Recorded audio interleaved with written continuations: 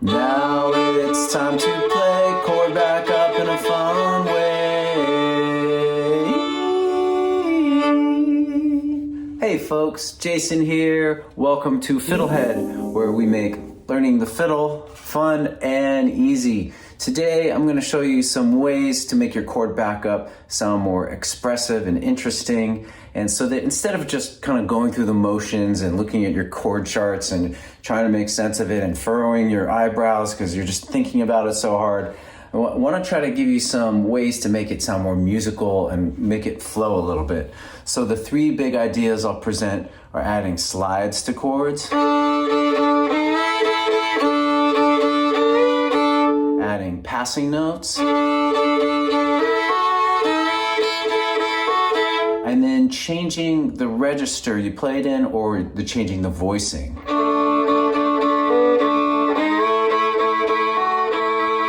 So whether you're backing up a singer, jamming with your friends, or just trying to understand music more, I think you're going to find this lesson to be really fun. So let's get started. So in this lesson, we're going to be using a very simple chord progression to practice all these sort of creative additions. We're going to just go D to A. So the basic D chord is open D and A. The basic A chord is D1 and open A. And so we're going to start by adding slide with that D1.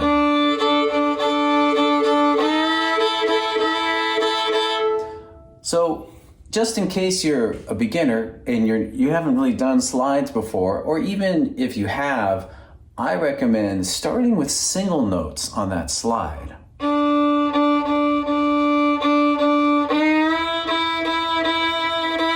You may even need to start more simply if you haven't done slides before, just doing the slide from low D1 to D1.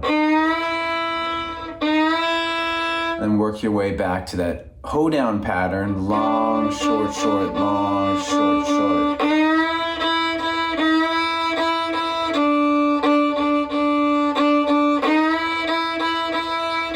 You can do it twice if you feel like it,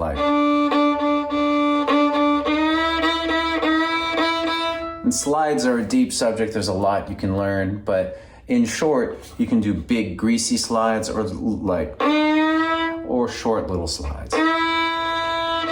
And so once that's comfortable, make sure the basic progression is comfortable. So like D, A, and then let's put these two things together. Let's slide that D1.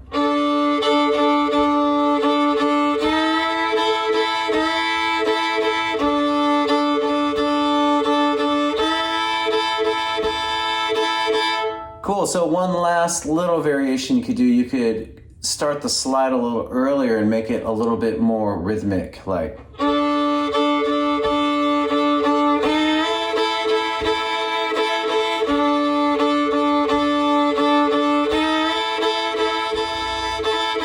So it's really fun. You can vary like this, little ideas like this. This is what fiddling is. It's fiddling and tinkering around. You can do lots of little variations once you get into it. And to help you really get that, I recommend you do lots of looping practice. Just play it a lot, a consistent loop with either a beat or a drone track until you kind of stop thinking about it and your hands start creating new musical ideas. The second way to bring expression to your chord progressions is to add little passing notes. So something like, if we're doing the same progression, D to A,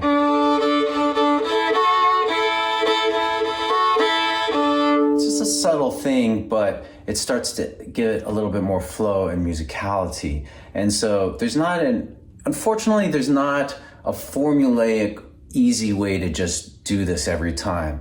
The thing I recommend is trying this exercise that I give you trying out this exercise that I give you, but also just knowing the scale and playing around with the scale. And like I mentioned previously, doing lots of looping and letting yourself explore and letting the music ideas kind of come to you from the universe. So at the risk of sounding like a hippie, I believe that to be true. Once you kind of get your basic foundation of something down, you're open to new ideas. So let's get into it. So the FiddleHed way is to break things down. So that's a somewhat complicated thing I was getting you to do. So let's do it with single notes first. So open D, 1, 2 is the first part of the riff, open D. And then that's followed by D, 1, 1, 1, 1, 2, 1, the whole thing.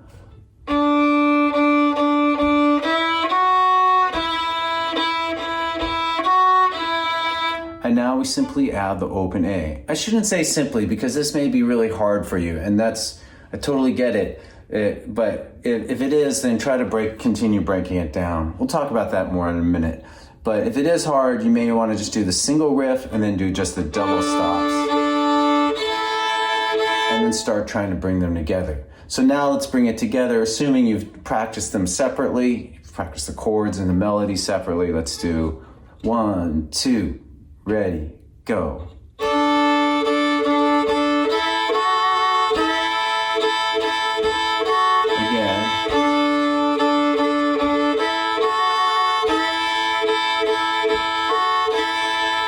And that's it. So the last idea I want to give to you is to switch the voicing of the chord somehow, or that might mean changing registers or just kind of fingering it a little bit differently. So we're going D to A. We can, instead of doing it on D and A strings, we can do it on G and D strings. So your D major chord there will be G1, open D. And your A major chord will be first finger across both, G1, D1. So if I do that very simply with quarter notes, it'll be like, and then A, D.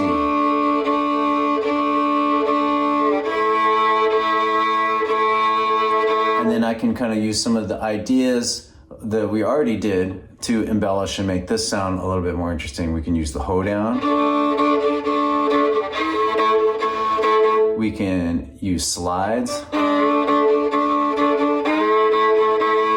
And we could use little passing notes. So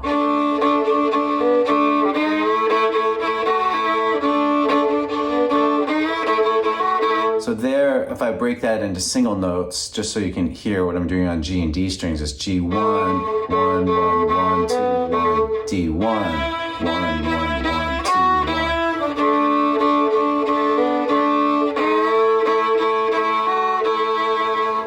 All right, cool. So let's sum up what we did. You can add little variations to chord progressions to make them sound and feel more interesting, and really to make it more fun. You kind of get more into it. And a way to practice these things is to not try to do it all at once. Separate it into separate tasks. So if you want to do slides or passing notes, like a little melodic passing notes, maybe do that on single notes and then try to interweave your double stops with that. Keep it simple. You don't want to be doing something too crazy because then it distracts from the melody. So just remember how you fit into the cosmic piece of music you're playing. You know, you're there as support. If you're playing a solo or the main melody, then it's different. You kind of get the spotlight there.